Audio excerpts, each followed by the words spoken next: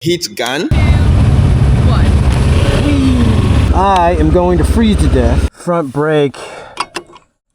Lost whatever bolt. Anything else looking like it wants to fall off? I screwed up. Oh! Oh! Fell right on my nuts. That's not even that deep. Okay, this is a bit beyond my ability. Wow, dude. Jesse Warden. Now, most of y'all know I do not like country music. However,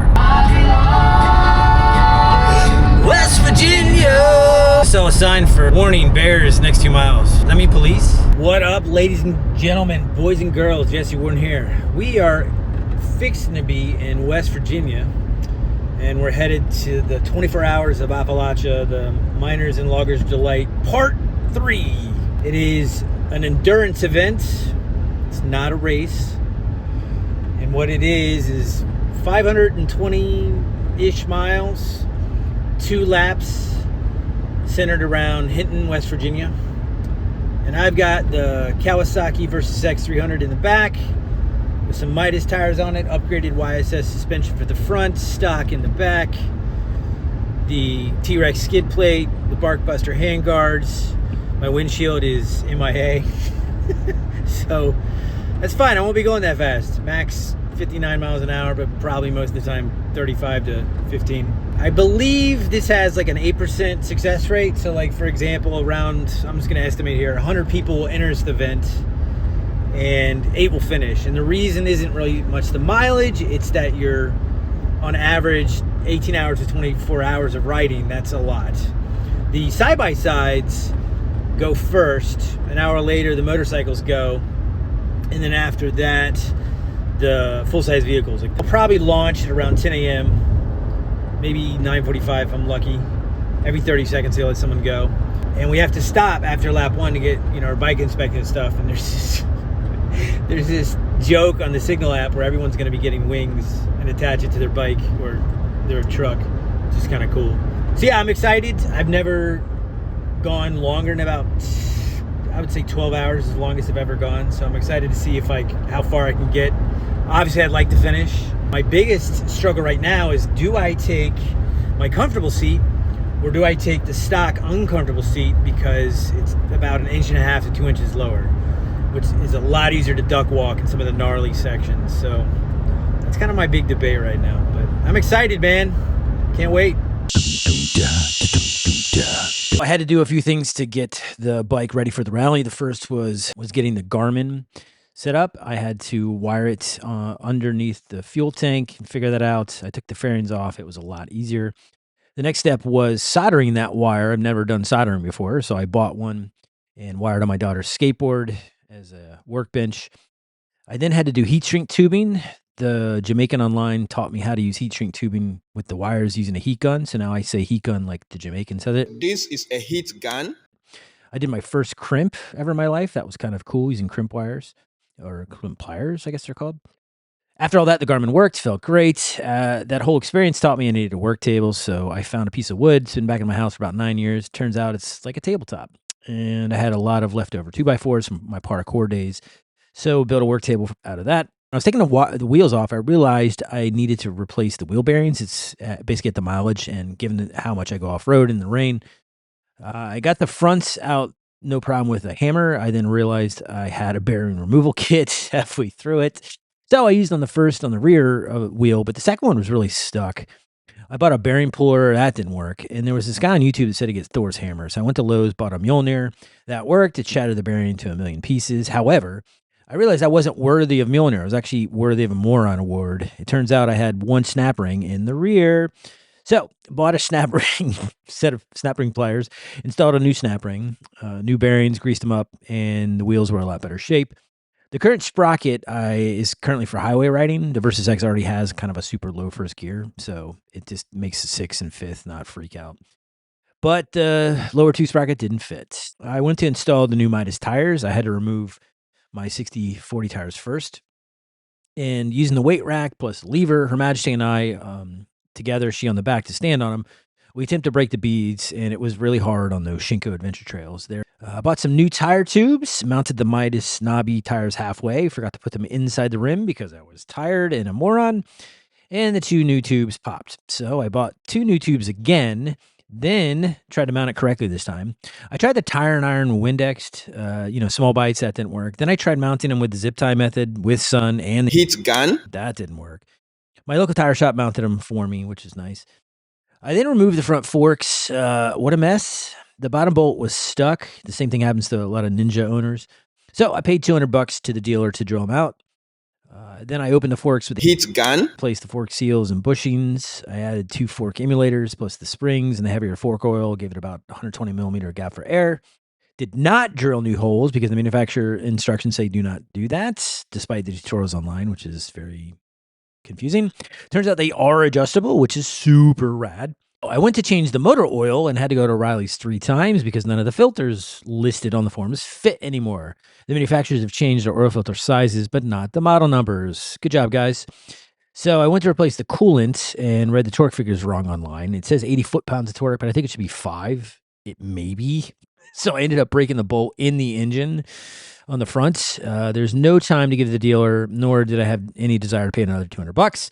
So I watched a YouTube video online of a Brit who used an easy out and a tap kit. Went to Lowe's, bought one. It worked. I was ecstatic. Now I felt like I could do anything mechanical. That was an amazing time. Yes! Yes! The last thing to do was to fix the rear brake. It was bent back on my peg. So I bought a new set of pieces for that. Plus the spring was kind of rusty. So it now has a functioning rear brake. Fantastic. I cleaned the air filter. That was the only thing that had zero drama and was only slightly messy. After all of that, the bike felt like she was feeling better and just felt ready for anything. And so did I. My confidence was through the roof. So parking at the freight depot, at least for me, was dope because I don't have a long trailer. And I was right next to the depot. And I had this nice little secluded spot behind the trees where I could put my hammock set up. It was, I guess, by an old power station or something. But anyway, good holds for the tarp, 2 good trees, and I could kind of hear the water. The train was a lot louder, though. That was the only downside. But it was really nice.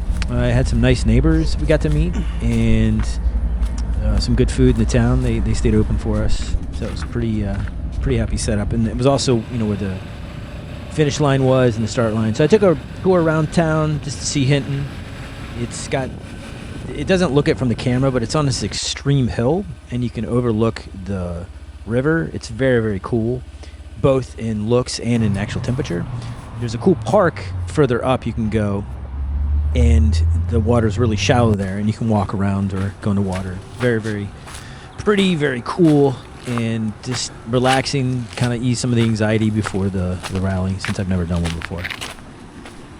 The day before, we had a tech inspection where they just basically make sure your bike's ready to go. And it was neat to see some DRZs, a ton of those. There was actually a ton of gas Supermotos, a lot of Tenere 700s. I love the paint on that one with the mouth. There was a KLX 300, ton of KTM. Like I said, a couple gas. I was very, very happy to see those stateside. A few Honda CRFs. There was, I didn't see any of the newer DRZs, just a ton of modded ones. Everyone had the modded gas tank. A couple of Honda XR650s. And I noticed a lot of the dual sports had very little gear. It was very interesting to see how they had minimal amount of gear on the back. Almost every single dual sport. That monkey was not in the rally, but I did talk to the woman who owned it. Pretty cool. Yeah, there's the other gas. I did see that one KTM 390 Adventure, which is kind of cool. The CF Moto, I was definitely drooling over. I love the low seat height and high clearance. That was pretty rad. And that Tenere off there, the guy who rode that actually saves me later, which I'll show you. The Himalayan, the second Himalayan, actually had a painting scheme I've never seen before.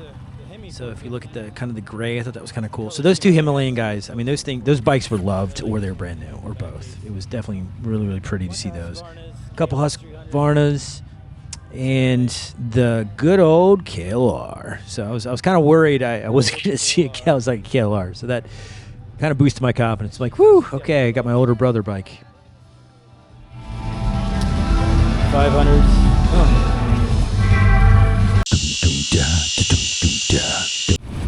Just for the record, we got Guy recording. This has got the map loaded, the Garmin nav. The issue is that I don't know how to make either of these start, so I'm just gonna assume I'll just follow the trail like Jonathan suggested. Ready? 3, 2, 1.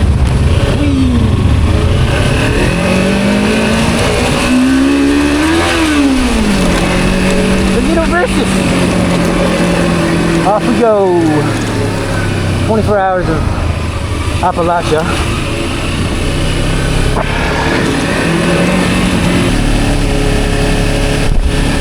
Alright, the key is not the speed. You will get penalized. As you can see, I'm already being awesome at navigation.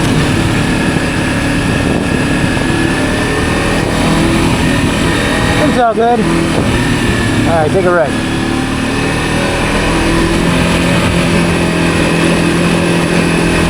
Come on, little girl, you can do it. You can do it. Yeah, I keep getting fast by KTM.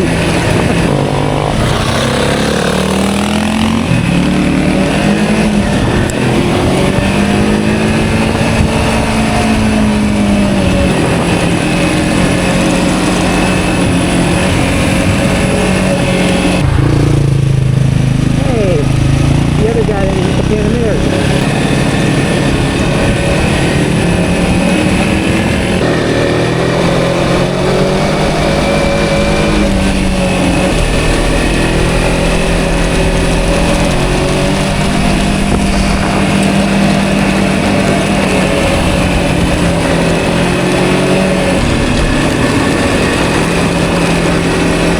I am going to freeze to death. And the other cool thing is my phone isn't charging. Even after I took my nav off the stand, turned all the apps off, it's just not charging, man. So, front brake lost whatever bolt, vibrated off. So I don't have a front brake now. It's going forward. Okay. Hey, back. Let's go full way forward on itself. Look at you. Couple pumps back in action. Things still work. I don't know if they're rubbing right now, but the guy on the itinerary ratcheted the bottom bolt down. The problem is with the twist eye, it's going to touch this and it's just going to burn off. I could route it around this, but there's an auto parts store, an AutoZone, about 22 minutes. So I'm going to go there, see if they have some matching bolts, Loctite, and then hopefully we'll be back in action. So the back brake works. Let's go test the front real quick. See how she does.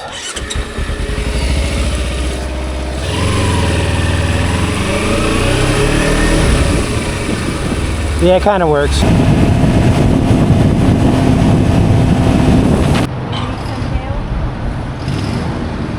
No, just well wishes.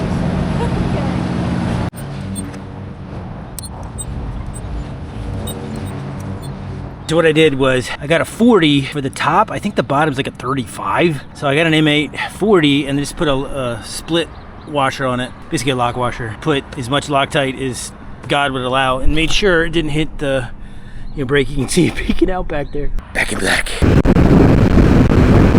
I screwed up. Past mile 40, I took a right. I should have took a left. So we're back at mile 40. I took the correct left this time.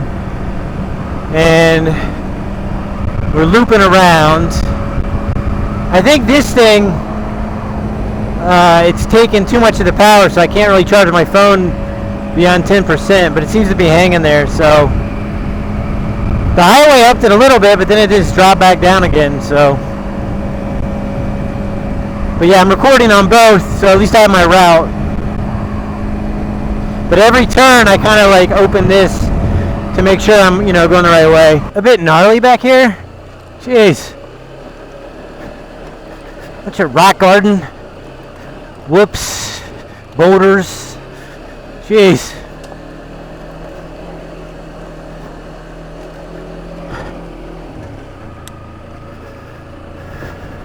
Wow, dude. Holy cow. Even if I don't make it, man, these views were totally worth it. Unbelievable.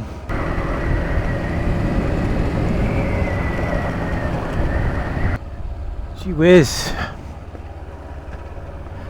Who lives there? I want to live there.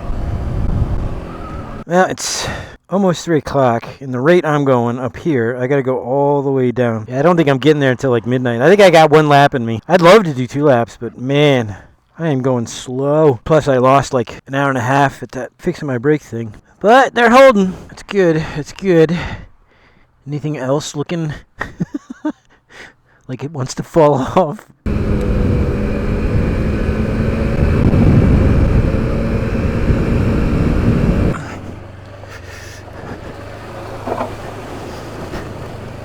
All right. Wait, now which way? Oh, left. In the mud. Yeah, this is the limit of the Versys suspension. Even though I upgraded the front, not bad for a street bike cosplaying as a dual sport. Okay, this is a bit beyond my ability. So I think I can just go right. The issue is that rock on the right. It'll hit my rear brake. Yeah, none of this is good, man. None of this is good. All right, let's just duck walk it.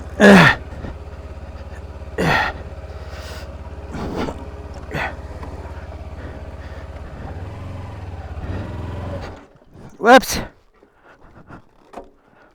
I kind of need that.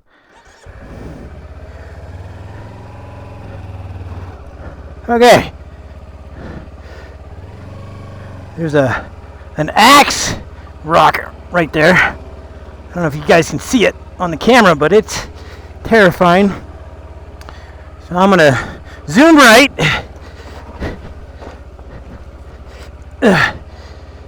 And then let's see if I can just duck walk it there. There we go. Man, this trail doesn't mess around. That's quite the rut. It's half the size of my bike. Boom, boom, boom, boom. Hard left, hard left. All right. I want to point out that wasn't skill. That was 100% tires.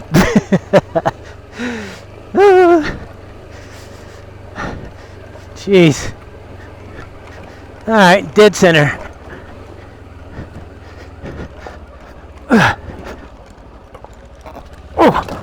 Oh, fell right on my nuts. Big drop.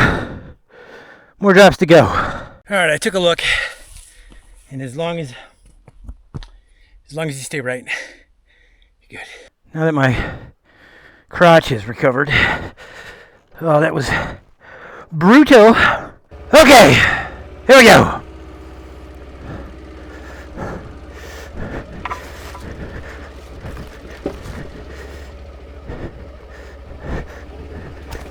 As long as you stay right, you're good. Right there in the middle, baby. And then, that won't hit your thing. That's right. Oh yeah. Little bit of clutch, and we out. Man. Oh, looks like it keeps going. Great. Just what I always wanted. Not. This is unreal, guys. Through the river. Do not go over the cliff. Not like last time. Get easy. That. One wrong move in this mud and it's over, man. You get to rest in the hot sun. That is your reward.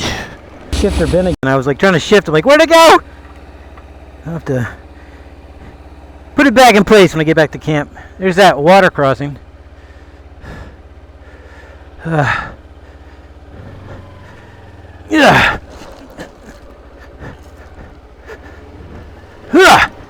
Come in. Yeah, what's up, Versys? Fun times. Oh, my feet's are cold. Feet's are cold.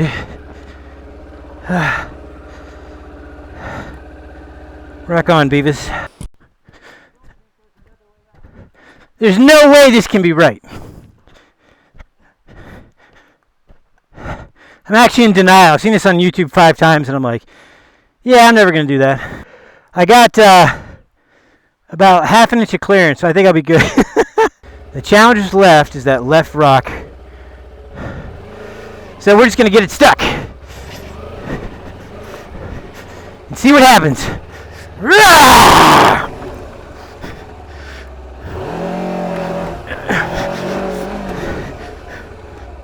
Dude, I met an architect from Cincinnati. He used to do ad stuff. Pretty rad.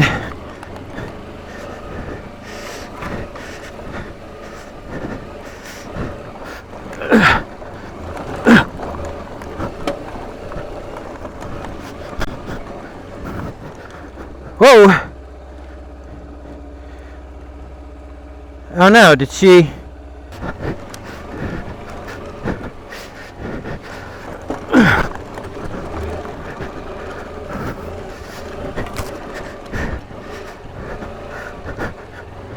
Are you kidding me? Really? Really? Really? Gnarly!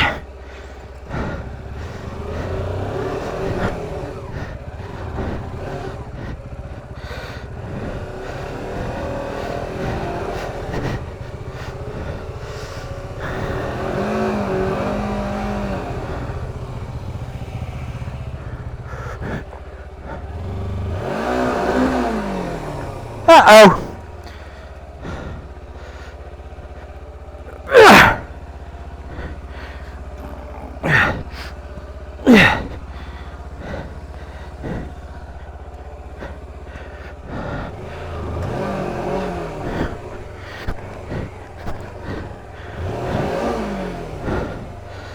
No bueno.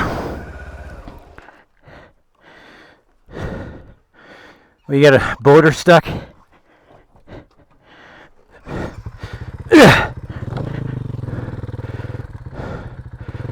Nice.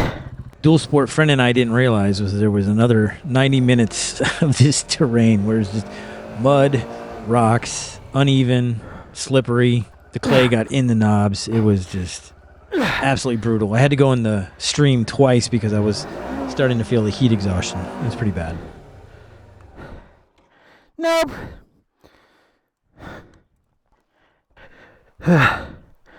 That's not even that deep. What the heck?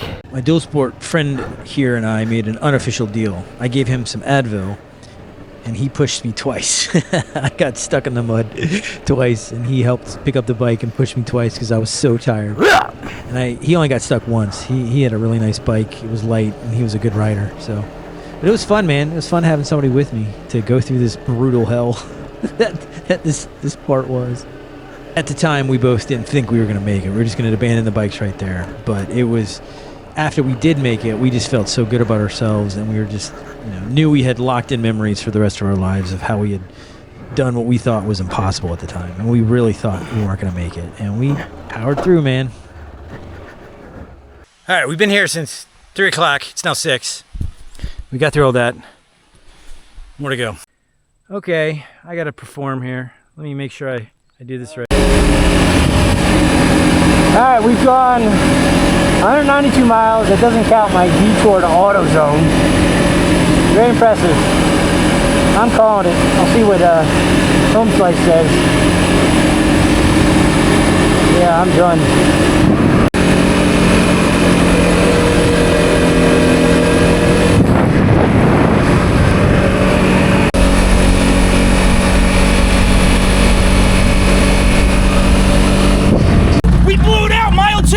Oh my! Y'all are the first people we came across. Dude, that's amazing. We had to take the drive shaft out. We had to go into town. We had to get parts. We had to take the 4-wheel drive actuator off the center diff and the front diff. Oh my! Jam it into front wheel drive.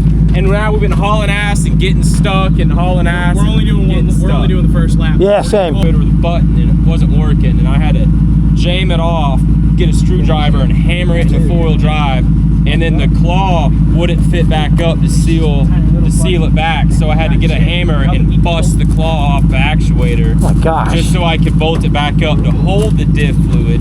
and then we got that cover back on, but then now it's out of diff fluid, and I can't fill it up with diff fluid because it needs a 10 millimeter X cut. So we got to go back into town. Yeah, I had to do the same, dude. Yeah. My brake things just fell off. Oh. So yeah, the bolt. I had one bolt left, so you tighten it. I made it to make it to town. Is this is the hardest thing that Versys has seen? No. No, really. No, I took it on a dirt bike course. That was a mistake. Yeah. But so was this. After 2 grueling hours in the mud and rocks, my dual sport friend and I were done. Once we found the main road, we headed back to the highway on our way back to Hinton. And it was nice and relaxing and felt really good. It was very easy to drive on the highway. Shame. Yeah! 142! Dude, I did 1/3, but I appreciate it. I appreciate it, man. He's out. Market on Courthouse Square stayed up late for us, which was awesome. It was the best Guinness I ever had. I deserve that Guinness. That was insanely fun, man. Sleep for 2 hours because the train will wake me up.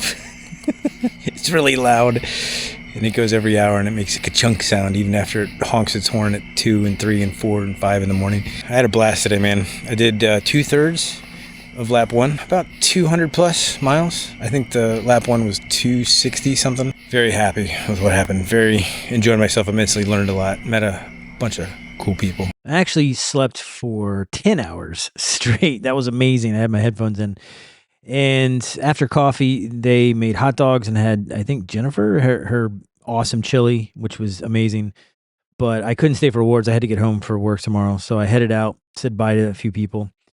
Such a great time. I've seen a lot of people online feel really bad about their progress where they didn't finish even lap 1, or they finished lap 1 but not 2, or they just had a bad time. I barely did 2/3 of lap 1, and I just felt like I did amazing. I was so happy with everything I learned, with all the cool people I met, how beautiful West Virginia was, and just how, cool and nice everyone was. So definitely look forward to taking my daughter to an event like this, hopefully next year. So hopefully I'll meet y'all there too.